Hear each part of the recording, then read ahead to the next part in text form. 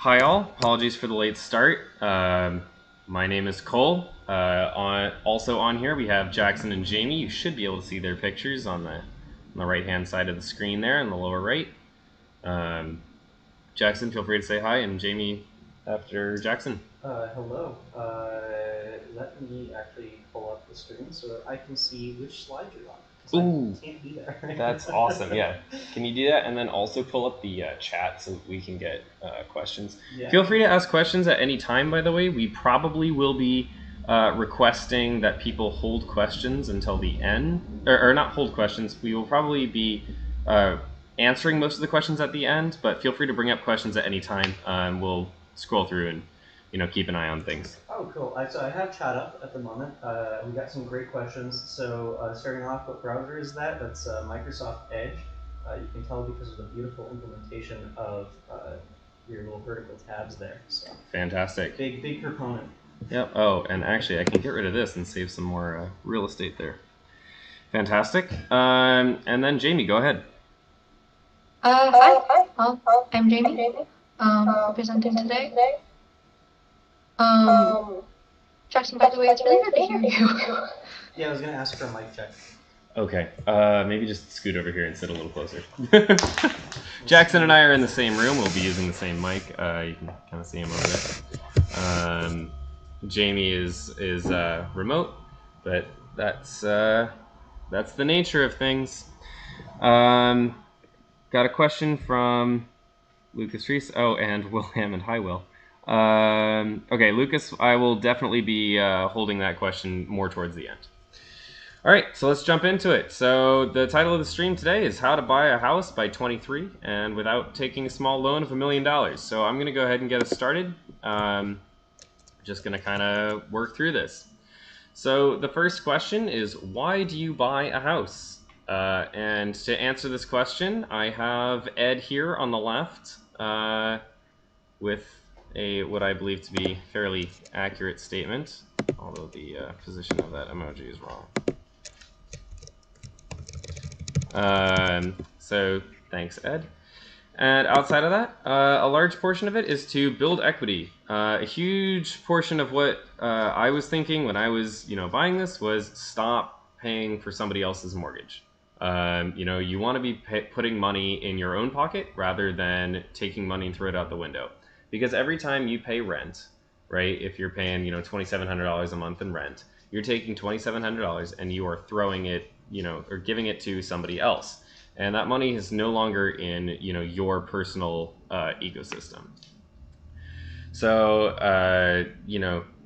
the next thing is to help ensure your future. So when you buy property, that is yours. You have that belongs to you. That is not somebody else's. If your apartment building manager decides to sell or tear down, your new landlord jacks up the price, or just decides not to build apartment buildings, you don't have to worry about that if the property is yours.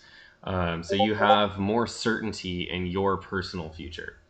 You have opportunities for additional income. So a large portion of the people that I've been helping out so far have been looking at renting out one or more of the bedrooms in whatever their house looks like. So if it's a 2-bedroom townhome, a lot of times they'll rent out one of the bedrooms, or if it's a 3-bedroom single family home, they'll rent out the 2 other bedrooms.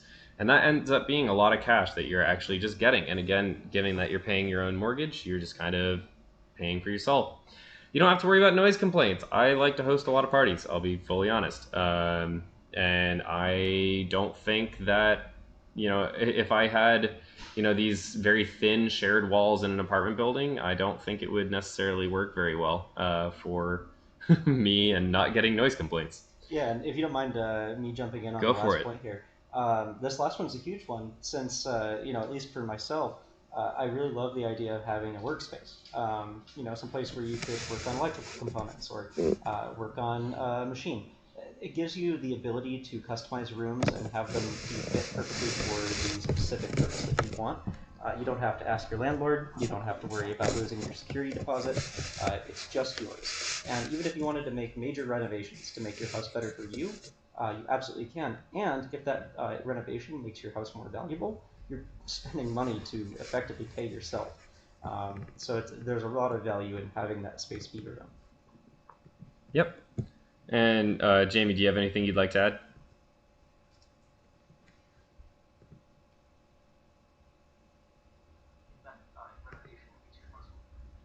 Okay. If you're saying something, I can't hear you, unfortunately. Oh, sorry. Can you hear me now? Yes. Okay. Yes. Like I was saying, I love the idea of not having to like worry that every year I'm going to get a letter from my apartment building saying, "Hey, we jacked up your rent by $100. We know you're only like 500 square feet, but you know it's way more now." Yeah, that is not something you have to work with. Mortgages are typically fixed, and you're not going to be seeing your mortgage rates increase at all. Speaking of which, I'm realizing I never actually pinged that we started the stream on the Discord. I'm going to go ahead and do that real quick before I continue. Oh, pardon me. This is our first time doing this. Hopefully, future ones are a little bit smoother. Well, I was going to say major props to Cole for setting this all up so quickly. It's fun to work with OBS, and I don't know if anyone in the chat's worked with it, but yeah, it takes some configuration for sure. Not to mention that we have a sort of hybrid setup with two folks in one place. And Jamie coming in from... Are you in the office today, Jamie? I am in the office today. Yeah, it looks I nice. thought I was going to be leaving earlier than this, but then I didn't. Yeah, I ended up working from home today, although I've been coming to the office more often. Got a nice printer. I have to come into the office. I have a super small apartment, which I'm trying to leave, but I haven't yet. Yeah. Well, hey, there you go. That's actually something we'll touch on later in the presentation. But yeah, just getting more square footage for your money in that space. Again, to prioritize yourself and customize your house. You can't necessarily do that when you have this or small square footage of an apartment at an affordable price. Alrighty. I am done. Thank you, guys. All right, so let's jump into it. So some of the first things that we're going to go over are things to consider, and then we'll be going over... You can kind of take this as like a bit of an agenda, right? So the first thing to do is obviously decide... Pardon me, there's a police siren going on right next to me. I love Seattle. So one of the first things that you need to consider is decide if you're actually ready to buy a home. Is this, something that you actually want to do? Hopefully, the fact that you're here and or watching this recording on YouTube kind of tells me that you're at least considering it. It's, you're on the right track. Let's see. Chat saying, I think when Jamie talks, it's echoing off of Cole's laptop. That's not good. Can I maybe mute myself? Jamie, go ahead and say something real quick as a test. Testing. Oh, perfect. Okay. That should hopefully be a little bit better. All right. So the next thing is how large of a... so the next thing is to be calculating your price range, which we're going to go over a little bit today. Although a large portion of it is going to be, talking to a lender or talking to or doing it yourself. Either of those things will work. Next is going to be how large of a down payment, sort of figuring out, how much do you actually want to put down on the house. And this is, I think, what deters a lot of people from buying a house. They think that they need to put down hundreds of thousands or tens of hundreds of thousands. That would be millions of dollars down on these houses, which you really don't need to do. And we'll get into that a little bit later. The other question is, how do you actually save for that down payment? The next thing is going to be finding a real estate agent, which now is a good time to just briefly mention as a quick disclosure. Jamie Jackson and I are all registered real estate agents and licensed real estate agents. We'll be talking about that a little bit more later. Just wanted to put that disclosure out there. Then we'll be going over the pre-offer steps as well as making an offer and other considerations. And finally, we're going to be going through our final walkthrough and closing. And are all those slides set? Yeah. Perfect. Awesome. So first things first is going to be, is it personally, I guess I should edit that to say, is it personally time to buy a home? And so a large portion of this comes down to your budget, what your lifelong plans are, and no worries if you don't know them in full, as well as market considerations. So budget is definitely the most important thing, right? This is ultimately going to determine, can I buy a house? If you're doing your budget and it turns out that you can only buy, a $250,000 house in Seattle, full disclosure, that's not going to get you very much. And then you have to, think, is that actually, what I want?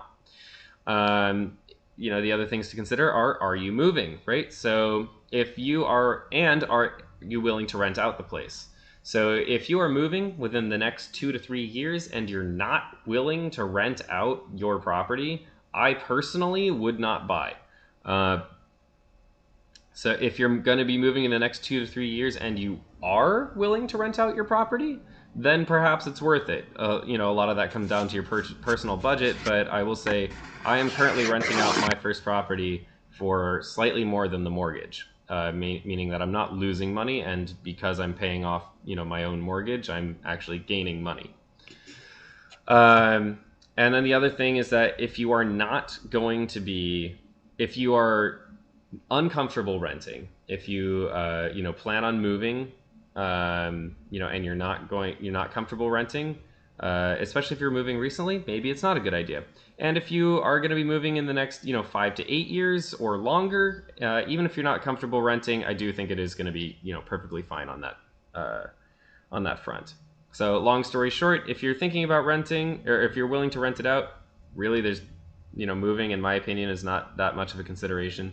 If you're not willing to rent it out, heavily consider if you're going to be moving anywhere within 2 to 5 years. Yeah, and I wanted to jump in real quick. Go for it. With your point about moving. Like you mentioned earlier with Jamie, I thought you made an excellent point about landlords deciding to raise rent unpredictably.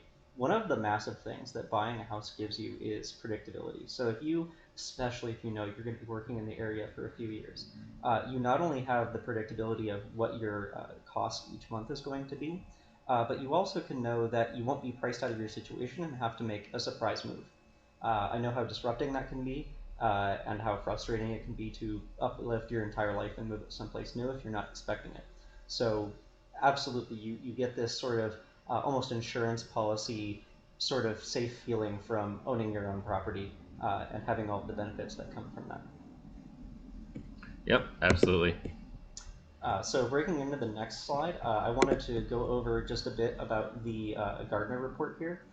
So there's a few really interesting trends that are going on in the housing market, especially in Western Washington. Specifically, I'm going to focus on King County. I know all of you might not live in King County, but that is the market in which we're primarily working in. And you can see here that it's down 8.6% on average for home prices, and that's even coming in lower than the same quarter a year ago. So housing prices very much are starting to deflate. Also, given this, it's going to mean that you could find a much nicer house for a lower price. Of course, folks are going to bring up that rates are high right now, but we'll talk about rates in a little bit and why you might not need to be as afraid of them as you might think. Anyway, let's move on to the next slide.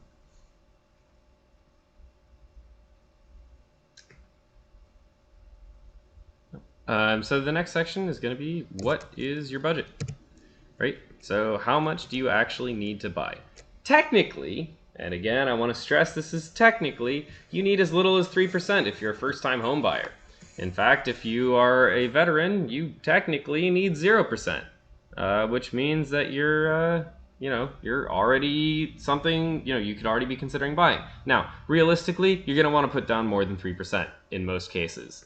Obviously this is going to be, highly dependent on each person, right? Perhaps you have, a huge monthly paycheck, but you have, no money up front and you're a veteran. Then maybe it actually would make sense to put down 0%. But, for most people, you're going to be looking at least 5%, right? I will say, for my second house, I only put down 5%. Which on an $800,000 house, which it was only about $40,000. For my first house, I put down 15%. Typically, for first-time homebuyers, we see anywhere between 5 and 20%. 20% is that magic number that you've probably heard, and most people have a bit of a misconception that you have to put 20% down, but that's actually very not true. You can definitely put down, a lot less than that. You can put down more than that. It really depends. So as Jackson pointed out, prices are low and lower right now, and rates are slightly higher, which means that if you can, you want to put down more cash, for now, because the more cash you put down, the more you're going to be locking in a better house at a lower price while also minimizing your monthly payment. However, if even if you don't have, a ton of cash, it is still, within the realm of possibility. So specifically targeting, the audiences that I've been, pitching this talk series for. For a lot of you, you're starting, fresh as a new grad or, intern in tech, right? So a lot of times you're going to get a starting bonus. I got a starting bonus of $25,000. That was the vast majority of the down payment that I needed right there. I'll be going into my specific situation a little bit later, but that is a huge amount of cash up front, which you can immediately start turning into more money through proper real estate investment. The other thing that you need to consider is, how much you can actually afford for a monthly payment, which we'll dive into a little bit deeper in a couple of slides. But generally, the less that you put down up front, the more you're going to pay monthly. So I have some examples on, I believe it's the next slide. But the less you put down up front, the more you're going to pay monthly. Oops. And then you have private mortgage insurance, which is going to be a relatively small fee if you have good credit and a moderate fee if you have bad credit, that you pay if you put less than 20% down. For me, I paid $80 a month, I think, on the first place, and I pay $120 a month on this place for private mortgage insurance, which was more than worth it. So diving into that monthly fee a little bit deeper, with an interest rate of 6.5%, this is just one example that I chose. With an interest rate of 6.5%, a 5% down payment, which are on an $800,000 townhome, which keep in mind we said was about $40,000, leads to a $6,100 a month monthly payment. And that seems insane, right? Absolutely insane. And frankly, that is pretty high. So for, if you're looking at, an $800,000, range, I would definitely consider putting down more than 5%, unless you're willing to, front this $6.1 thousand monthly payment. Excuse me. So if we put down even double that amount, we're, suddenly going from 6.1 to only 5.7, right? And if we put as much as 20% down, which keep in mind is still only about $160,000, that gives us $4.8 thousand a month, for payment, which is actually what I pay on this current place. I was lucky enough to lock in when the rates were slightly better, which meant that I could go for less cash, but probably would put it down more cash in this, with this environment. If you put down over 20%, you're gonna drop the PMI, leading to a lower monthly payment. So this advice is going to be pitched largely at a lot of our new grads who have maybe been working and renting for 2, 3, maybe even 4 years, right? Or possibly a lot more than that. If you're not a new grad, you're just a full-time employee. You may have $230,000, $250,000 just sitting around in the bank account. If that's not doing anything, or if that's just invested in the market, it may be worth seriously considering putting that in real estate instead. Especially in this economy, you'd have a high cash down payment and you'd be able to get a very nice home at a very reasonable price. Frankly, I think a lot of prices right now are kind of a steal. And Jackson will talk slightly more about that in a minute. But you can also... Just letting them see the chat. Sure. Yeah. And then... you can also rent out a room, which is what I did. When I bought my first place, it was a 2-bedroom, and I rented out one of the bedrooms for about half the mortgage, which was huge for me. That was the only way I was able to afford the place.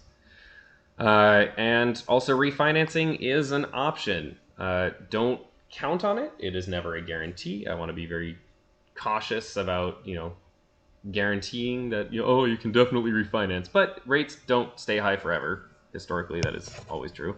and it's, you will have an opportunity, hopefully, to refinance. Definitely talk to a lender about that.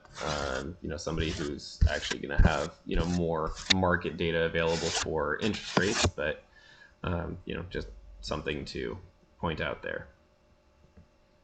Jamie, did you want to take the next slide, or would you rather take one a little bit farther down? I'll give the justification to Jackson. He likes this chart. Okay, sure. Go for it. Thank you, Jamie. So just to cover the justifying the cost, you can think about a house in the same way that you think about something like your retirement fund, right? Like you're contributing most likely a large chunk of your paycheck to your 401k. You can think of it the same way with your house investment. You might not necessarily have a lower payment today than you would renting, but in the long term, you're investing in equity that will help you down the line. On top of having an asset that you can rely on and take out loans against in the future, even if you ever needed to. Also keep in mind that much like the market, houses tend to gain in value over time. The figure that's always talked about with the market is a 10% on average over time per year return. With houses, it depends on your area, very much location, and we can't draw total general trends, but it's important to take a look at, if you do try to treat your house as a investment in the medium term, to take a look at how house prices tend to increase in your area. As Cole mentioned before, renting out a room is an excellent way to become your own landlord and have someone else be paying your mortgage. That's someone effectively just paying for your investment. That certainly does not happen if you're talking about investing in the stock market. You can't loan out part of your shares and have someone else pay for half of it just so that you can gain equity. So there really isn't any other asset or class quite like owning real estate.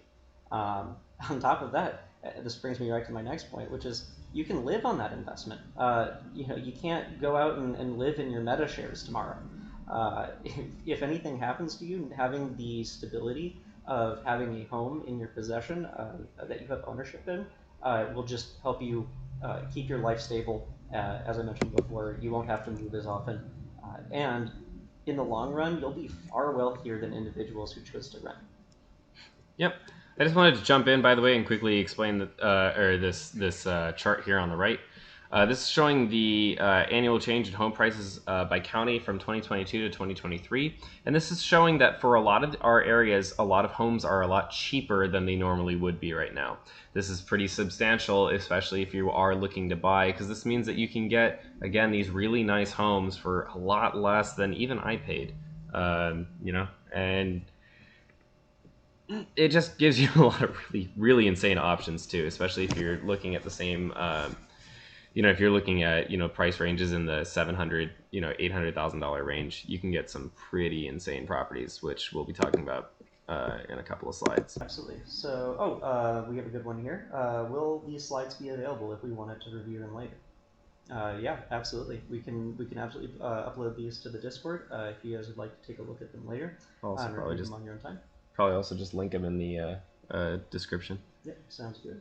Let's see. We've got an intern thanking us for the session. Thank you for showing up. We appreciate it. If anyone has any questions, this is an excellent time to have a little interim Q&A. Or alternatively, just, give us some of your concerns. It doesn't have to be a question. It can just be, hey, I'm worried about this idea of buying a house, or I'm anxious about this. Is there anything that you can tell me that might make me feel better about it? Oh, actually, we just got a great question. Does PMI have any benefits? Is there any reason to put down less than 20% and have it? No. Well, so this is a good point. So you're going to want to calculate what your monthly payment will be at your lower your lower down payment amount versus how much you'd be paying with PMI. If we haven't already covered it, I know we have a slide that will discuss how you can calculate your PMI payment and what a typical PMI payment looks like. So ultimately, it will come down to what the higher monthly payment would end up being.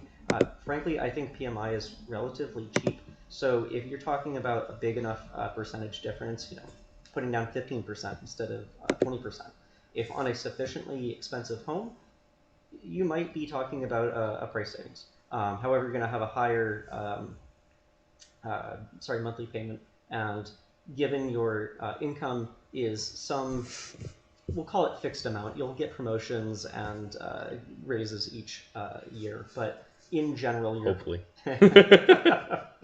My point being that you want to buy within your means and look at that monthly payment as the how much can I afford right now, and if you can't, the solution is to save, which we will also talk about.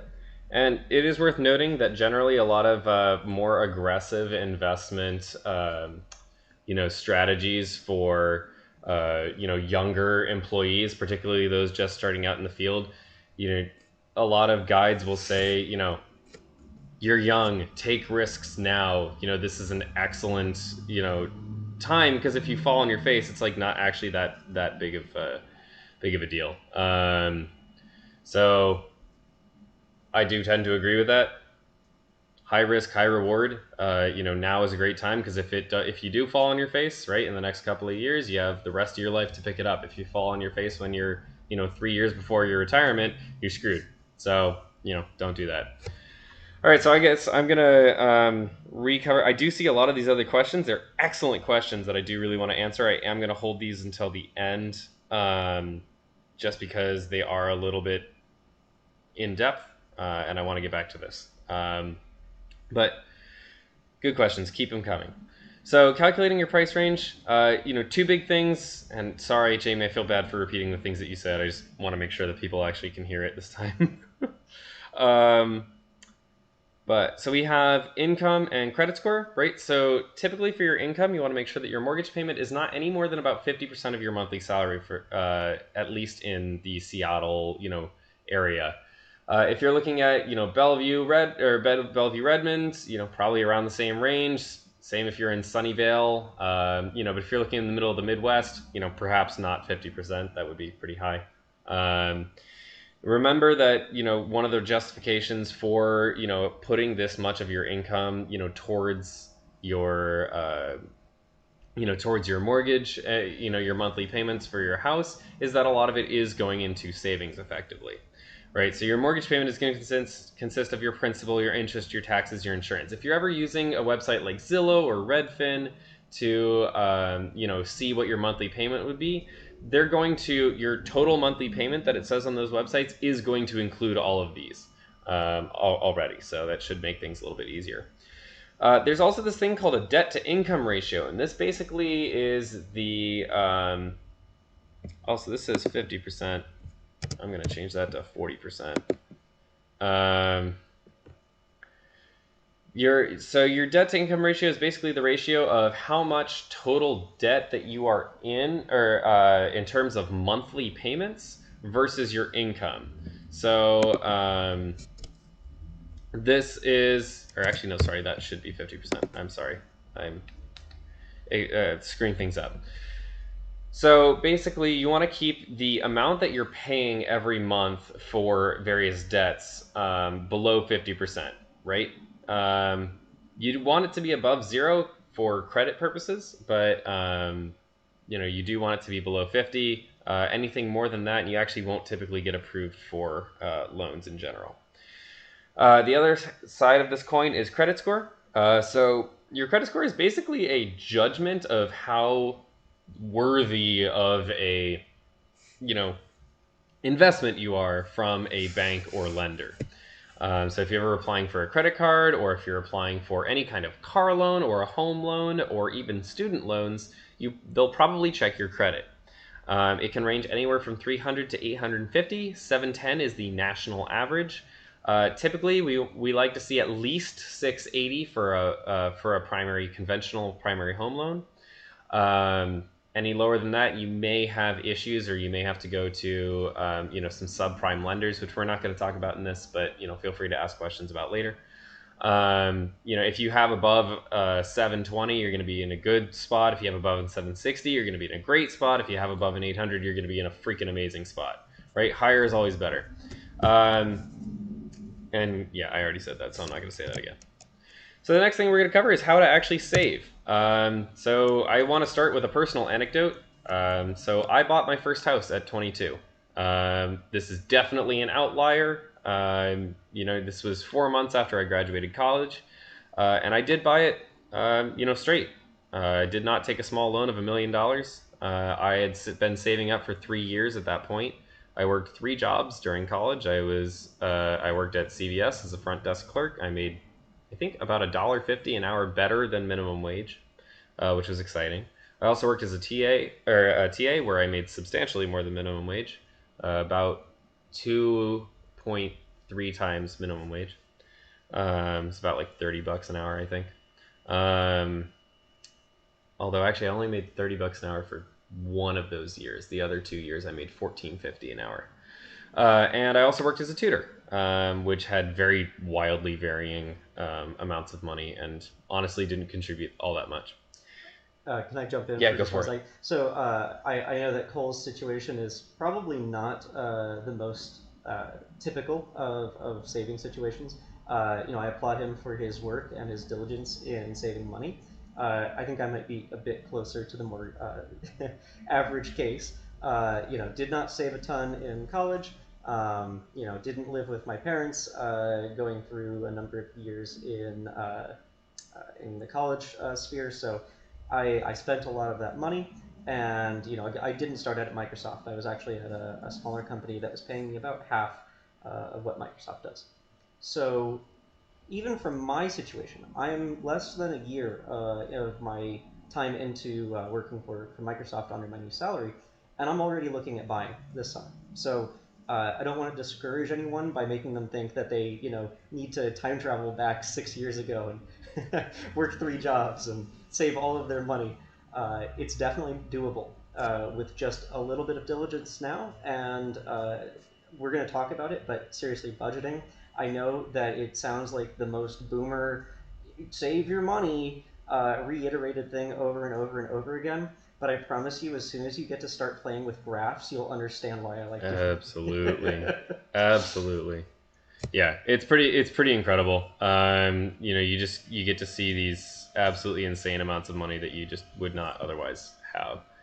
But yeah, as I lived like an absolute pauper. I did not spend any money. I skimped. It was really bad. I never went out for food. My sole goal for all of college was buying a house at graduation. And I am happy that I made it happen, but this is not a typical case at all. As Jackson said, his case is probably a lot more realistic. He's looking at around 24. Realistically, though, I think if you'd started at Microsoft, you probably could have bought it at 23. Yep, I completely agree with you. Yeah. So the next thing is actually budgeting. How do you save, right? So houses are expensive.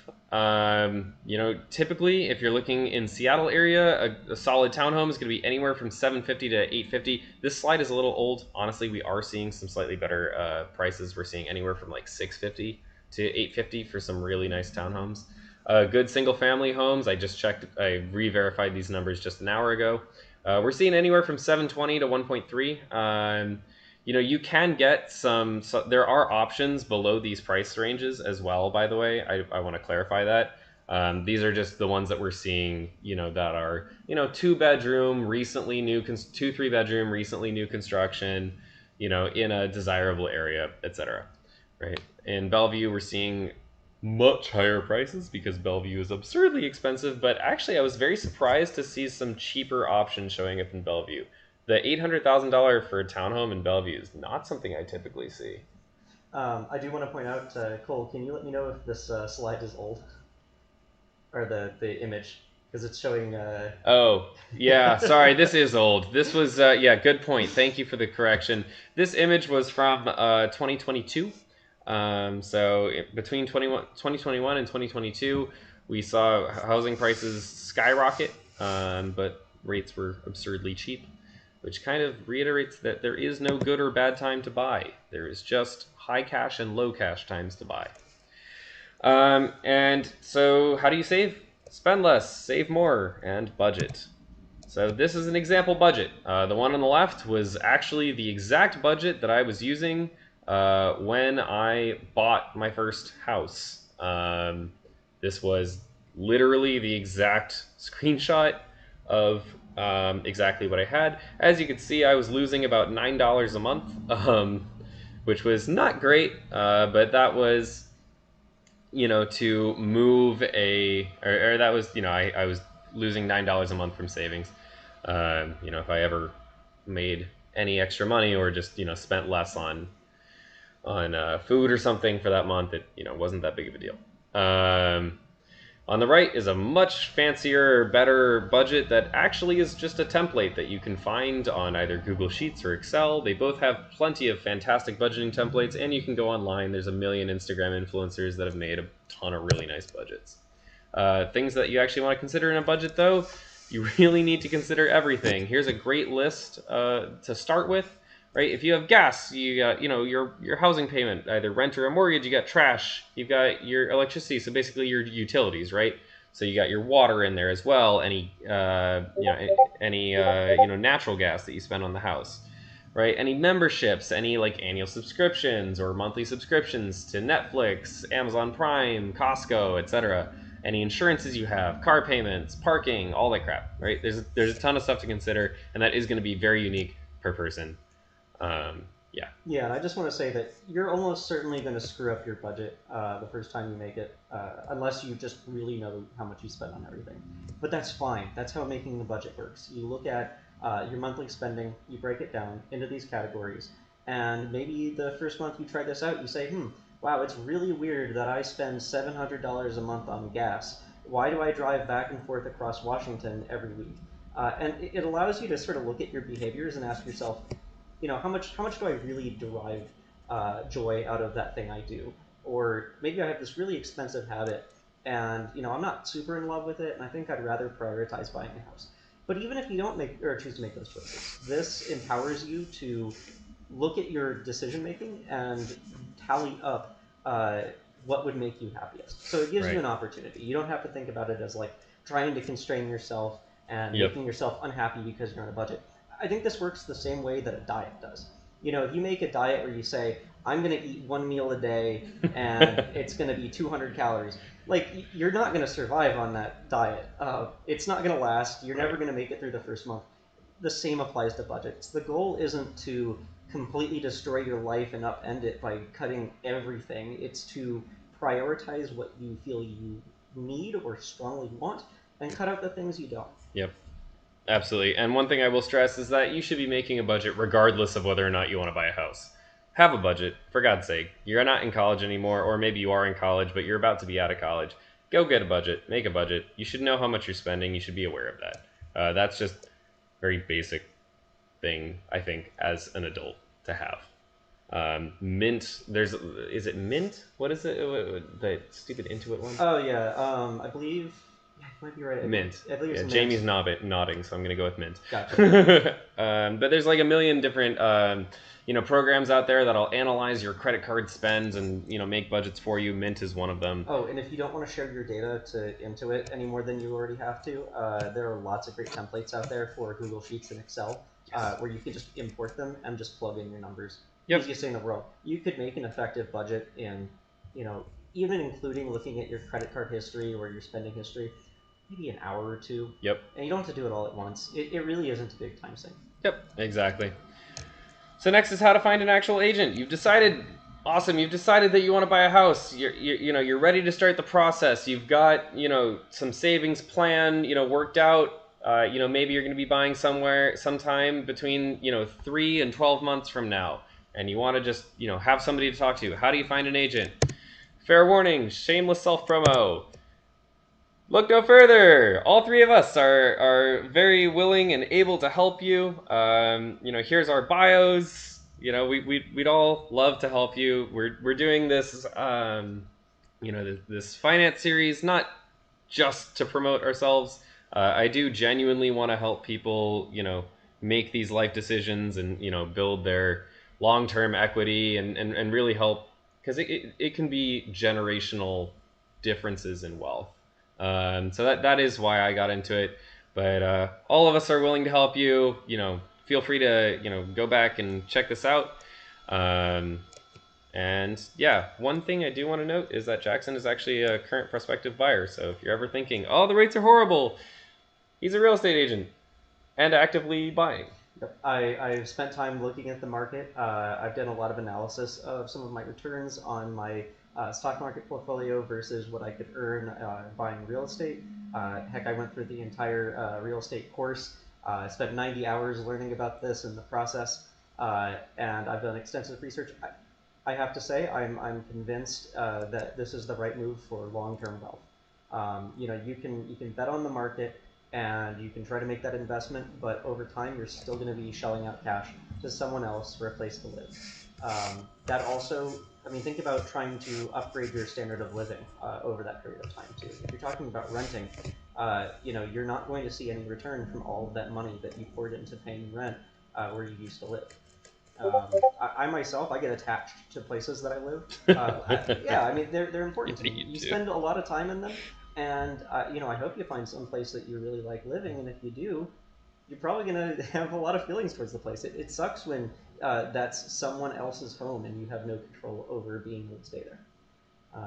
But yeah, I really want to help other people also sort of save the time on a lot of the research that I've done. Yeah. I wish I had had a resource like this back when I had started considering buying. Heck, I wish I had had this kind of resource, 2, 3 years ago when I was still working my old job. Actually, it's sort of a funny story, but one of the main reasons that I started embarking on this was just hearing that Cole had bought the house so young. I had to ask myself, how did someone pull this off? I mean, he didn't do anything completely insane. He didn't need a small loan of $1 million. So naturally, the question was, how can I achieve this? Right. And Jamie, if you want to say a quick little thing, I'll do my best to repeat it. Yes, I don't want to subject people to my voice. I'm so sorry. But I'm in a very similar boat as Jackson, is that I didn't really think about buying a home until I was like 30. And then I saw Cole as a use case, and I was like, I can learn more about this, and I can help other people learn more about this also. Cool. In case that didn't come through very well, she said basically same case as Jackson. Wasn't really thinking about buying a house until about the age of 30, and then saw my example and started looking into it and realized that it actually was right for her. So, shameless self-promotion over, resuming regular programming. Good. I'm glad we were able to keep that in less than about 4 minutes. So if you still want to look further, there are other agents available. I'm not going to claim that there aren't. Just ask around, right? I found mine, who is now my boss, by asking around. I did a quick Google, or actually I think my mom did a quick Google and then sent over, oh, hey, this guy has 4 out of 5 stars. I was like, okay, awesome. Or 4.8 out of 5 stars, I believe. I was like, oh, awesome. Yeah. But your agent is going to be your subject matter expert when it comes to local market, right? So they are going to be, the most helpful resource that you have. And one of the huge things to mention is that if you're a buyer, they are free. Having a real estate agent as a buyer is free because the seller pays for it. And it's not like it's based on the commission that the seller pays regardless. So as a buyer, there is no charge for a agent, so there's really no reason not to get one. Cool. I think that wraps up that section. Did we have somebody that did either of you specifically want to talk about credit score? Did we want to try for Jamie, or do you want me to just take it away? Probably not try for Jamie, unfortunately. Sorry. I was going to say, I don't want to. I feel so bad about that, Jamie. I'm really sorry. Anyway, we can break down credit scores here. So you may or may not know your credit score. There's a lot of ways to obtain it. Of course, just make sure that you are taking a look at reputable websites for your credit score. Please do not go to scam.com for a free credit score. I promise you there are free ways that are good to find it. If you use like Bank of America, I believe they have a free FICO snapshot available straight through your profile on the mobile application. I believe a lot of institutions have something similar, but worst case scenario, you could always go to one of the major credit score companies, sign up for an account, make sure to unsubscribe from their emails because they will email you relentlessly. But from there, you can take a look at your credit score. So you're going to, depending on how long you've been able to build credit, have, at least from my experience, somewhere between a 720 and a 779, depending on if you've been paying your bills on time. I know Cole mentioned it before, but that's the biggest part of this. Yep. Is just consistently paying off your credit. Pay your damn credit cards. If you're maybe an intern right now and not out of college, and you say, hey, I don't really have a meaningful credit score yet, there are a lot of opportunities to build that kind of credit, specifically, and this is Bank of America, but again, with other lenders, you'll have this kind of opportunity. These intro-based cards that will have lower spending limits on them, but they're designed explicitly to improve your credit over time as you take out small loans.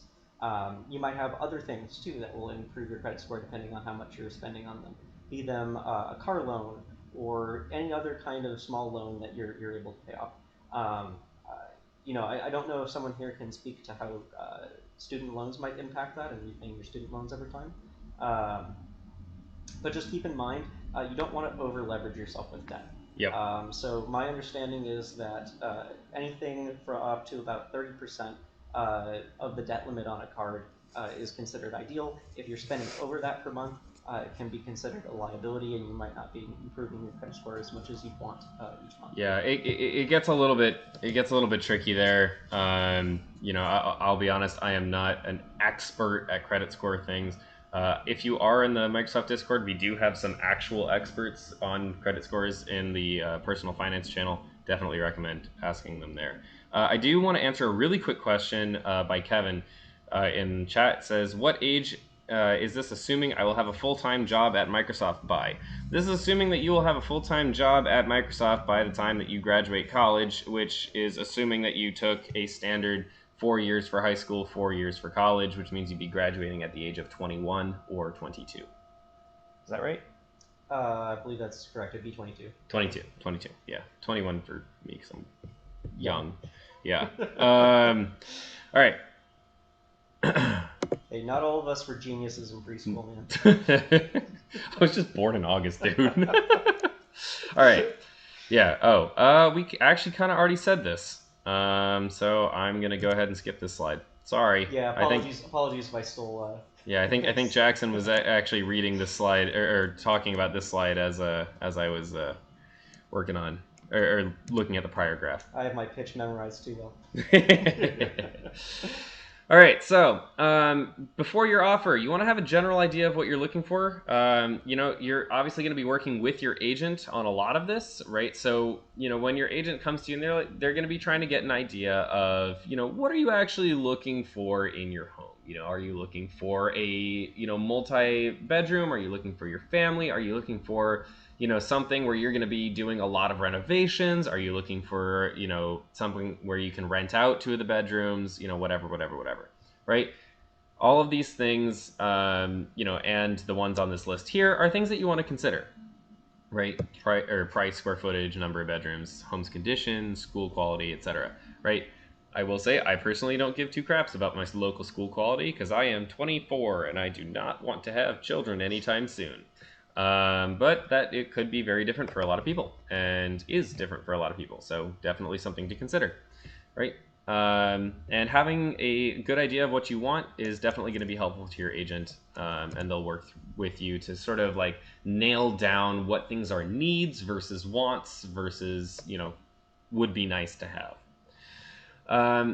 After you've found a place, you're going to be going on some tours with your agent, right? They're going to probably refer you to a lender. You're going to do some time. You're going to spend some time looking for a lender yourself, potentially. I don't know. I was kind of lazy about the whole thing, if I'm being honest. I just went with whatever my real estate agent referred me to. Actually, that's not true. I did check a couple other places, but I did not spend very much time on it. But point is, you're going to have a couple of, you're going to have that going on. You're going to find a lender. You're going to make sure that you get, pre-approved for, a house in a certain range. And then once you actually go on some of these tours, you're actually going to find a house that you like and you're going to make an offer, right? So I highly, highly, highly, highly recommend listening to your agent especially when working on making an offer. right? They are going to know the area. Be upfront. You know, if this is the place, this is your dream home, you want to make sure that you get it, tell that to your agent. If it's just, this is a place, you know, maybe something, you know, not a big deal if we don't get it, tell it to your agent, right? They're going to know a lot about, you know, how many offers are being given on houses, you know, what kinds of negotiations are we seeing, you know, do we need to offer over the offer price to make sure that we beat out another offer, or, you know, can we offer under, et cetera, right? A lot of things like that. If your offer gets accepted, you will then have to pay somewhere between 1% to 2% of the home's value down as earnest money. I'll be honest, the highest amount of earnest money I've ever seen was $12,000. That was something I paid, which is only 1.3%. So 2% is the number that I was told to quote, but I really don't think that that is a very accurate number. I would expect somewhere between 1 to 1.5%, I think, is a far more realistic amount. And it's basically like a deposit. You're saying, hey, I'm serious about this offer, right?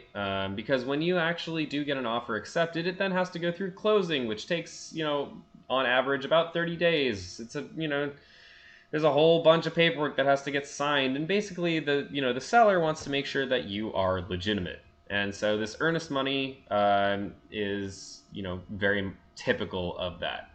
If you end up buying the house, it'll get rolled over into the down payment or the closing costs, so you're not losing money. It's not like an additional fee. This is going towards the price of the house. But if you back out of the sale, you know, if you say, actually, never mind, I don't want to buy this house, you're giving up that money.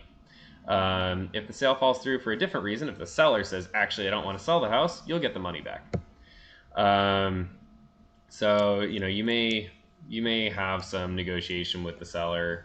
You know, your real estate agent will walk you through that. I really wouldn't stress too much about that part.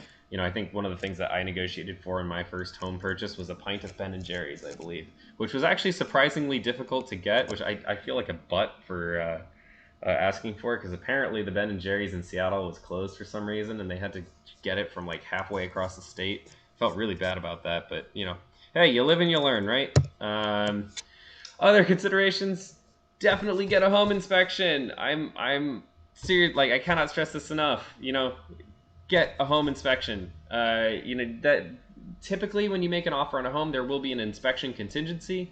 You know, and what that means is the seller, you know, you will typically have an inspection come through, or an inspector come through, and they're going to look at the house. They're going to make sure that the foundation isn't cracking, that the house isn't on the brink of collapse, that there isn't a termite infestation, that there isn't, you know, extensive water damage, things like that, right?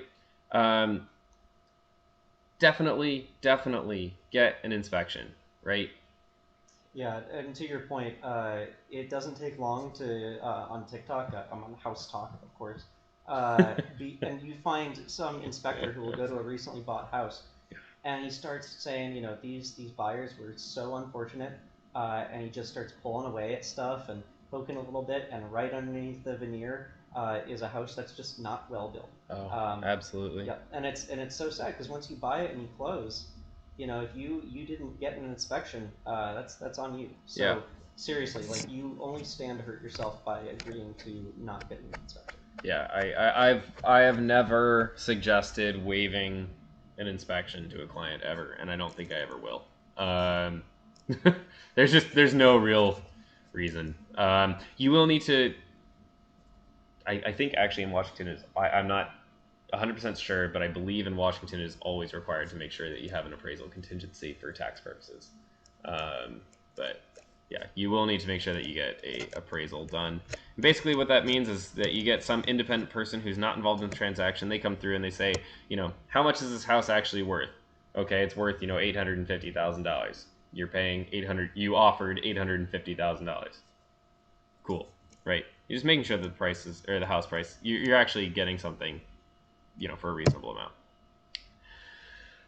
You can also request, this is something very common, part of negotiations, you can request repairs or, you know, some kind of credit, right? So if the inspection turns up that, you know, the stairwell between the first floor and second floor is rotting and would need to be replaced, right? You can either say, hey, I want you to get that repaired first before I go through with this purchase. And if they don't do that, you can pull out of the purchase without any, you get your earnest money back. If they refuse, or if they do it though, you are still locked in. The other option you can say is, you can say, hey, look, these stairs need to get replaced, but realistically, I don't want you to repair them like that. I was planning on, redoing them anyways. I would rather just have some cash. So why don't you just give me, $2,000 that you were going to spend on repairing the house? Why don't you just give that to me in cash, or as a credit off of the home? That's absolutely something you can do. Oh no, it was a pint of salt and straw. That's what it is. And the salt and straw place. I was tell you contradict yourself. Sorry, yeah, it was not Ben and Jerry's. It was Salt and Straw, and the one, yeah, that's what it was. The one in I think U District was closed. They had to go halfway across the city. It was a pain in the butt. Anyways, so yeah, for repairs, things like that, they can always turn out as credits as well, which is fine as long as you're okay with it. And then you're going to have a final walkthrough, which is usually about a day or two before closing. This is just making sure that everything is, set. You want to make sure that the previous owner didn't, leave a bunch of their crap there, that everything's actually working, right? And if it's a new construction, this may be after closing sometimes. It's kind of rare, but does happen. In my case, it did happen. My final walkthrough was actually after closing. And the reason there is because new construction homes come with a builder's warranty, which I'm not going to get into, but basically you're covered for some amount of time by a mess up from the builder. New construction is my personal favorite, but it is different. You typically get a 1-year builder's warranty. This is actually outdated. I believe it is legally required now. I want to double check that, but default, I am not a lawyer, but yeah, I just want to back up how useful that policy is. Just having the ability to say, oh shoot, this or that wasn't built right the first time, or if you experience any problems, being able to call out your contractor and get it worked on right away without experiencing a financial hit, huge peace of mind. Yep. So I actually had a water leak happen about 6 months after I bought my first house. Huge, massive water damage running down the side. A brand new townhome. And because it was, covered by that builder's warranty, they came in, they tore apart the stairs and the drywall. There's a ton of work and replaced it all for free. Never even saw a bill. Never saw, anything. Was pretty great. Yeah, my place also forgot to put door stops in, which I didn't notice during the final walkthrough. And when I texted him later, I was like, hey, you forgot door stops. And yeah, now I put a hole in the wall with the door handle. Anyways. Oh, shoot. Did you want to add something? I think that's it for that slide from you. Sure. And then foreclosures can be a source of less expensive housing. I actually gave this talk about 2 years ago before I was a real estate agent, but I was working with somebody who at the time either was a real estate agent or was involved in home construction. I forget exactly what it was. But great guy, Mark. He's on the Discord. You'll see him around occasionally. I don't personally recommend foreclosures, but they are an option available. And it depends on, what you're looking for. They are going to be a ton of work usually, but they can be very, very, very cheap. And during closing, I mean, honestly, we probably didn't have to include this slide, but it's just kind of a nice way to wrap up. The last thing you're going to have to do before you actually give them the keys is the closing, which is going to take, over 30 days, and you're going to have a bunch of paperwork that you have to fill out, and it's all in one session, and they bring this pile, and it's usually the size of, like, multiple college textbooks. I'm not joking. This pile of paper was, like, 8 inches high. You have to sign somewhere between... Actually, depending on the version, now they have the e-file system for a lot of it. So you can actually get away with as little as, I believe, 12 signatures. But for my first place, I had to sign 87 times, I think. And you have to sign your name a lot. My hand was actually pretty sore. It was, yeah, really bad. It took a long time to go through it and sign it. Bunch of different papers. Not really worth getting into. But yeah, any other questions? We will now... Actually, sorry, we have questions in the chat. We'll go through and answer them. All right, so let's see. First one, does the PMI have any benefits? Is there any reason to put down less than 20% and have it? PMI does not give you personally any benefits. No, it gives your lender benefits, which is why they have it. It's also legally required. So, what about multifamily? Oh, sorry. What are the pros and cons of fixed versus variable mortgage rates? Ooh, do you want to take this one, or do you want me to do it? Yeah, if you're more familiar Sure. with the. Yeah. So fixed mortgage rates means that you will be locking in a specific percentage interest for the rest of your loan, which means that your monthly rate is going to be almost exactly the same for the lifetime of the loan. The reason I say almost exactly is taxes can change. Your property tax will change. So I think the first year I owned my first house, my monthly payment was $3,700 or $3,707. And then the next year it was $3,714, so it changed by $7. Woo, spooky. But generally it's going to be about the same if you have a fixed rate.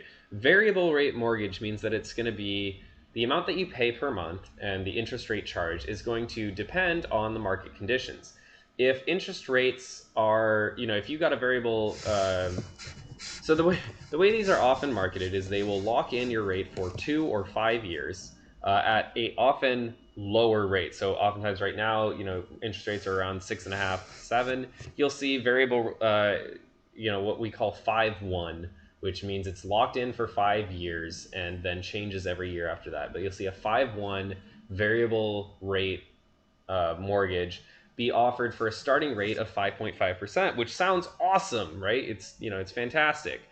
The thing is that if interest rates haven't gone down after those 5 years, let's say they actually went up to 13%, which is, reminder, very possible. My parents actually bought a house at 13% interest. That was my childhood home. You could be paying a lot more after those 5 years are up. So just something to consider.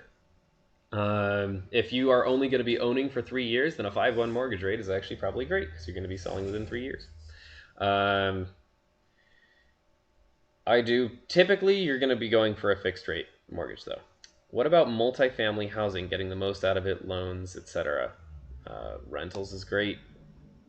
Jackson, if you want to add to that. Yeah, and there's also some interesting differences between specifically, you're talking about multi-family housing. Are you talking about housing of less than 4 units, or 4 or less? Sorry. There are some laws that take effect after that. So just curious exactly how many units you're looking into having. But yeah, like Cole said, renting will be a huge part of that. You effectively will just be the landlord at that part, or at that point. Yep. Also worth noting, Seattle just updated its zoning laws so that all properties in Seattle can be rezoned for a duplex or a fourplex. So if you buy a nice large house and you want to split it in half, you can do that. How do you shop around for mortgages? Do you stick with big banks or brokers, credit unions? So we actually have a lender that we do partner with. They're a relatively local, smaller lender. I actually do personally, even regardless of the partnership, I prefer smaller lenders. They're often able to respond a lot faster. So if you want to make an offer on a house, time is often very important. And if you're working with a larger lender, they can take sometimes upwards of 24 hours to get back to you on approving that loan. With a smaller lender, usually you can get it done between 20 minutes and an hour, which can be very, very impressive and powerful when you're talking about actually making this offer look impressive to the seller. So I do definitely stick with smaller ones, but yeah, just shop around. You can find local lenders in your area. You can find a big bank. If you've been with a bank for a really long time and have a lot of money there, they'll often give you some cheaper rates. And feel free to do the same crap you do when you're finding a job. Just like, hey, I'd love to go with you guys, but these other guys are offering me lower, right? You can absolutely do that. Definitely something to consider. They might not necessarily move, but it's a negotiable process.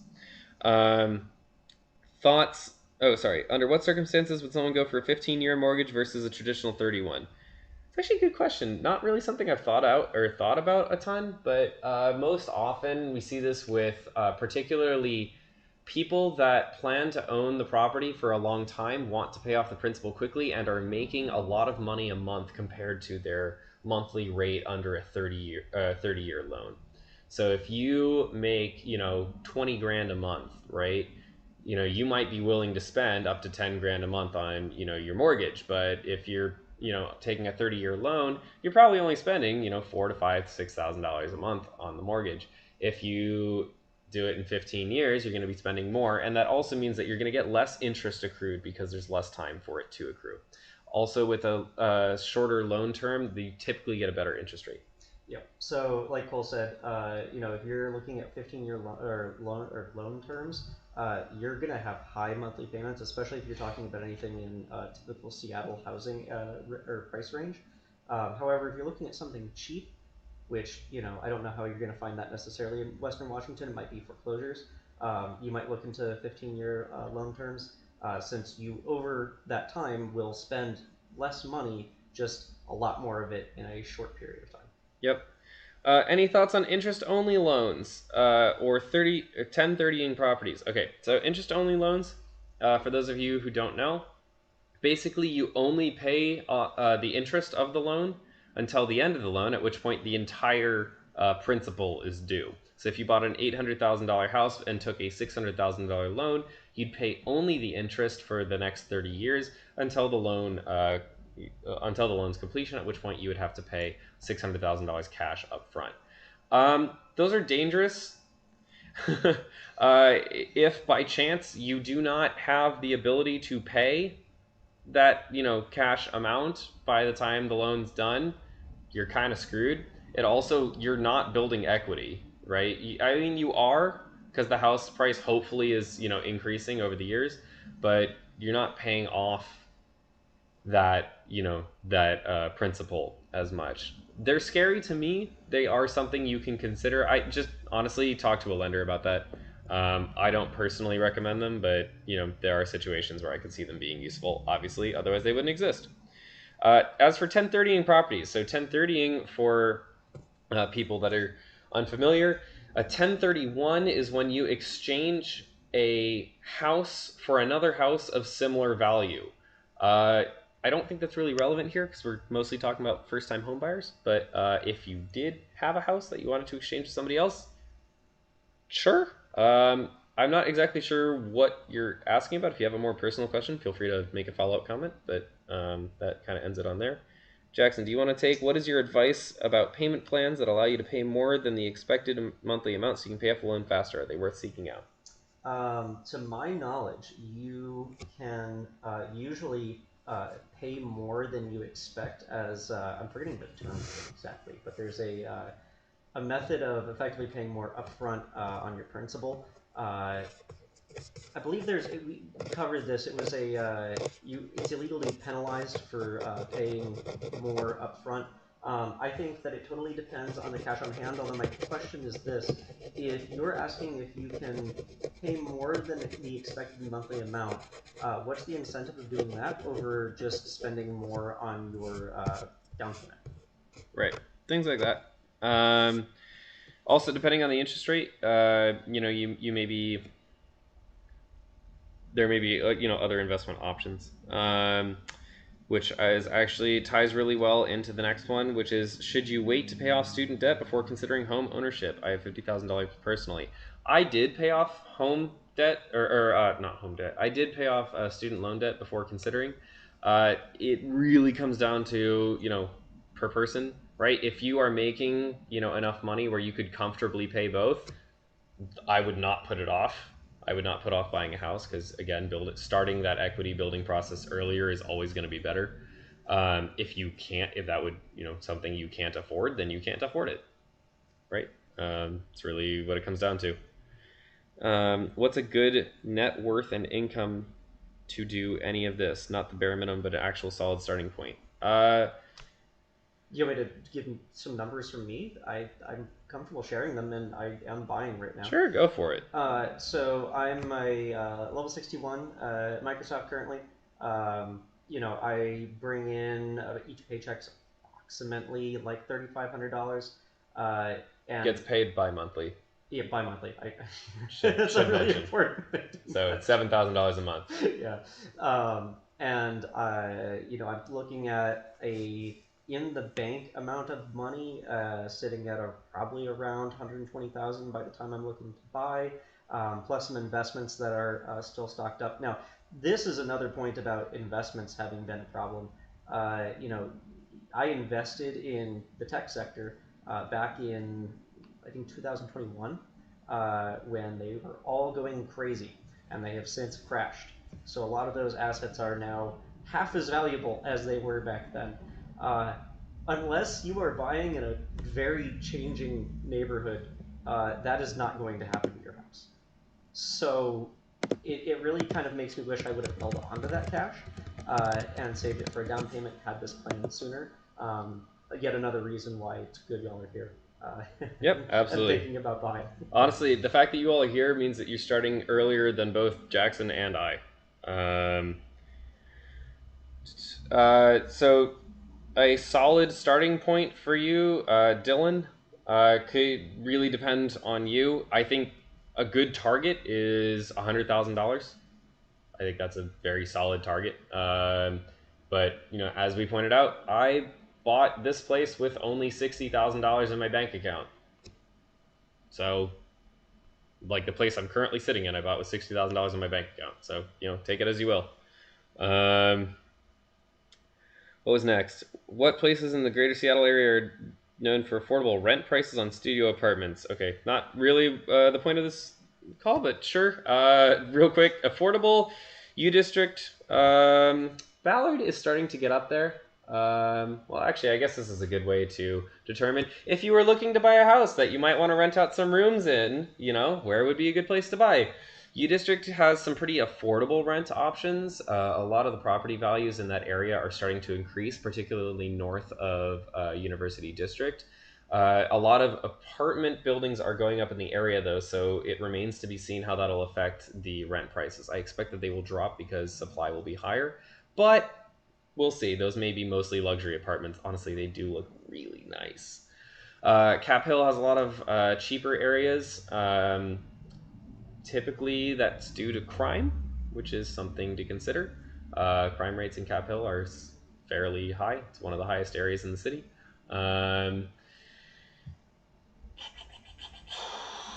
Ballard used to be cheap, is starting to get more expensive. Honestly, Fremont has some pretty solid options as well. But yeah, I'm gonna kind of put that one on hold. Feel free to DM me on Discord though. Why should someone focus on building equity versus cash flow, house hacking / renting? So if you're house hacking, you're still building equity, right? You're just transferring that equity between house to house, right? So house hacking is, for those of you who don't know, actually refers to a couple of different things. Some people say it's what I do, which is buy a house every year and rent out the old one and then move into the new one. That is going to end up building equity on all those properties that you keep moving between. Other people refer to it as buying a house, fixing it up and selling it, which is otherwise known as flipping. You are still building equity. You're just building equity by putting money into the house with your improvements, and then you're selling it, cashing out that equity, and putting it into a new property. Hopefully that answers your question. Kevin says, sorry if this was already answered, but roughly how much money should I have to buy a house at 23 after graduating, assuming I'll be a full-time employee at 22? Okay, I'm going to try and reparse this question. How much money should I have at graduation in order to buy a house at 23, assuming that you're graduating at the age of 22? So that's basically saying how much money should you have at graduation, assuming you're going to have a year to work to gain money afterwards. I mean, again, you could hypothetically start with nothing. You'd probably make enough money in that first year of working to actually put down 5%. If you're trying to put down more than 5%, I put down 15%, which was $120,000. I made about $50,000. I saved $70,000 before I graduated in that process. So, and the other $50,000 came from my first 4 months of work and my starting bonus. So I would say about $70,000.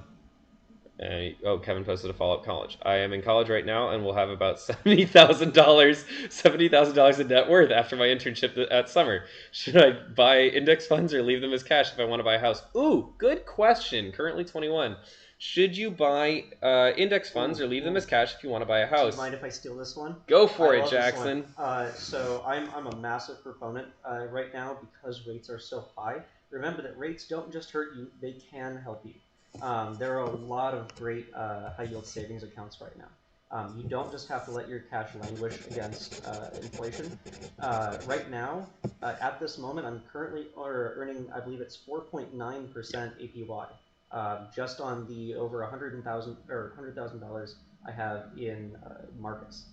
There are other high yield savings accounts. You don't have to use Marcus. I like Marcus since it gives me the 1% bonus APY for referrals, and it lasts 3 months. And frankly, once you tell people, hey, I can give you a 4.9% APY on your high yield savings account, they typically would like it. There's also other options. Apple just released a new high yield savings account at 4.15%, which is very competitive. Big problem with that one, of course, is just that you have to have an Apple card to make that work. For those of you who don't, if you just search right now on Bing, what's the best high yield savings account, you will get a bunch of competitive offers. So that is a great place to put your money. It's FDIC insured up to $200,000, so it's just as safe as any of your... $250,000 though. Oh, going up, nice. There's also, at least through Marcus, I believe through others as well, options for CDs. If you're looking for a 10-month CD, say, you might get a higher rate than you would just putting your money straight into a high-yield savings account. That is not to say that you shouldn't invest in the S&P, but my point is basically if you're getting guaranteed insured money off of interest right now with high rates and rates that might continue to rise, the extra risk of investing in the S&P and possibly losing money, it doesn't seem like a good strategy in my personal opinion. But of course, any question of accepting risk is up to you. Right. General rule: don't invest more than you're willing to lose. Are condos ever worth buying, or should I go straight for a house? Condos can be worth buying. I personally am not a huge fan. They are typically the first to go down in price and the last to go up. On top of that, you're spending a lot of money on condo fees. That said, particularly as rentals, they can be fantastic options. Oftentimes you're going to be able to rent out a condo for much more than the monthly amount that you're paying on the mortgage, which is a fantastic, opportunity. If you're willing to live there, honestly, it comes down to the math, right? You are still spending some money on an HOA that you'll never get back, but you'll get amenities that you won't get from a house, right? Oftentimes, these condo buildings will have things like pools and mail rooms and gyms and nice fancy rooftops. So it can be up to you. Definitely something to discuss with your agent. One of my clients that I'm working with right now is really leaning towards a condo. You mind if I steal this next one? Sure. I actually need to use the restroom, so go for it. Dylan asks, why is home buying better than renting an affordable apartment? Renting allows you to invest nearly all of your money into whatever you want rather than having it be tied up in property. Opportunity cost. You're absolutely right. That is an opportunity cost. Let's see. There's maybe a follow-up. Go deal with feeling tied down to a location with home buying. Renting lets you move around, more flexibility if you want to move cities and states and try living in a new place. Okay, yeah, I'll sort of tie these two together. The first, in my own experience, this was exactly what I thought. This was my exact position when I was 21, 22, just starting in the job market. I was thinking, I'll invest this money. The market is seeing a lot of returns on the COVID boom for tech companies. And I got burned by that assumption that the market always grows. It's not going to be down forever. I don't expect these shares to forever be 50% down from where I bought them. But I can't live in those shares, right? Like, I invested a lot of that money, and now it's tied up in shares that I can't sell because that's when I'll realize the loss. So yes, while those over the long term might grow, And the market, like I mentioned earlier, will year over year on average gain 10%. That money is gone effectively right now. I can't use it. And I can't build equity in it. It's just sitting there. It's stuck.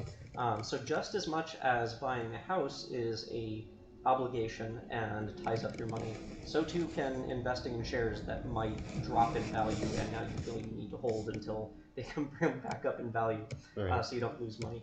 And to address your follow-up, you sort of like asked a question and also made a good point, that you absolutely can, like Cole has done, rented out the houses that he's bought. So if you're feeling like, hey, I work at Microsoft right now, I'm in the Seattle area, and that's great, but hey, I don't know what I'm going to be like in 3 years. Maybe I'll want to move.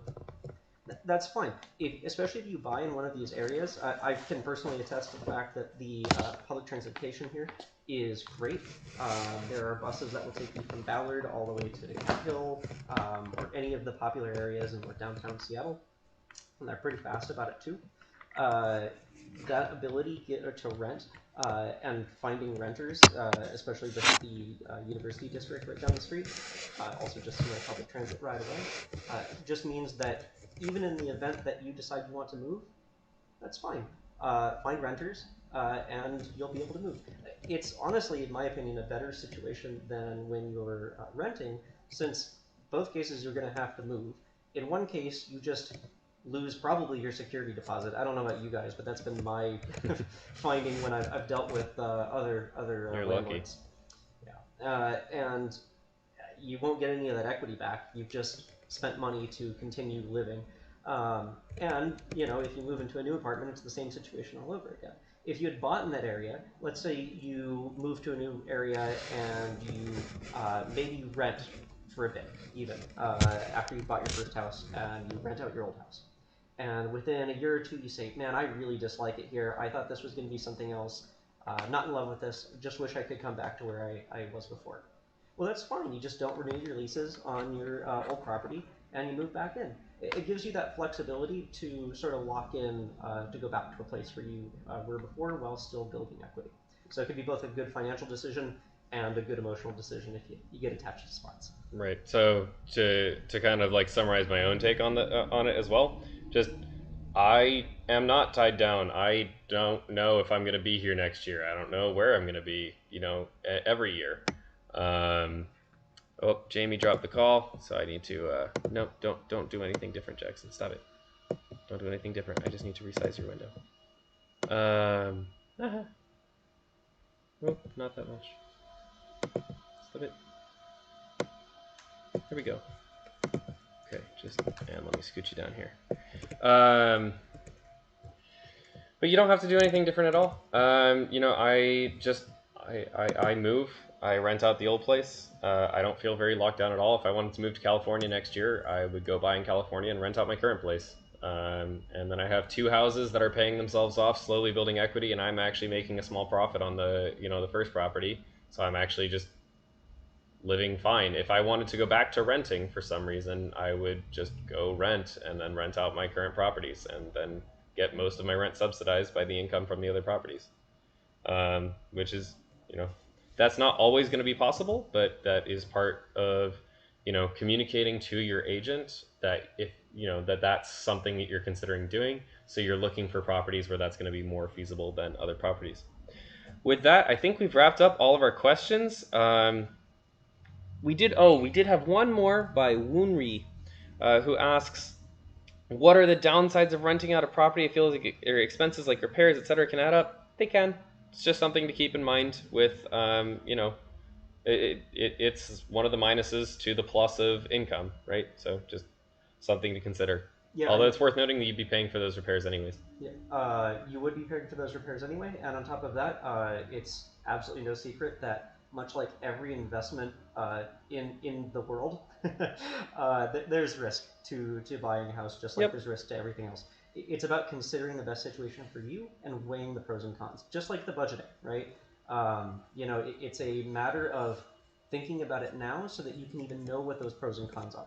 I'm a solid proponent of the fact that you can't make a good decision until you understand both the decision or what comes from the decision to do it or not do it. Yep. Thanks so much. And thank you all for coming and asking all these awesome questions.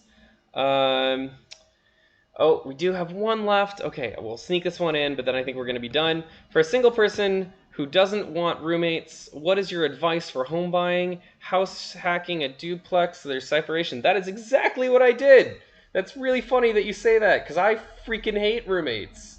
I bought a house that I could turn into a duplex, and I bought the house. I added an extra kitchen and an extra shower in the lower bathroom, and I rented out the first 2 floors as a completely separate unit because I did not want to share a kitchen, a bathroom, or anything with any other person. So that's exactly what I did. It's actually really funny that you bring that up. Totally doable. Very possible. I've seen many properties where that's, that's doable. Oh, man, and it's funny you bring that up too, because I was just about to ask Cole before we signed off to talk about that, because I think it's genuinely one of the coolest things that he's managed to do in Seattle. And I have the same idea. I'm really looking at townhomes only because they can be so easily separated. And I really don't mind living with a neighbor downstairs, but having someone live directly in my space is very different compared to that. Yep. So again, if anybody's interested in talking more, feel free to reach out, ask questions, drop a comment. I'll come back and answer them as best as I can. If you're in the Discord, definitely reach out to me there. We have a home buying channel, which both Jackson and I are very active in, and I think Jamie too, but I honestly couldn't find her Discord. We have like 9 Jamies in the server, and I'm not sure which one's Jamie. But yeah, thank you all for coming. Had a great time, and looking forward to next week. Oh, if you don't mind me throwing in a little note here at the end. Sure. So, any of you folks who come into the campus semi-regularly, let me know. I'd be happy to talk over more of this stuff in person. It doesn't even have to just be home buying chat. If you want to just sit down and have a lunch, there's a lot of great places to have lunch on campus, and I'm always looking for some folks to talk to. So, show up. We can talk about real estate. We can not talk about real estate, and we can eat some good food. Cool. Talk to y'all later. Yep.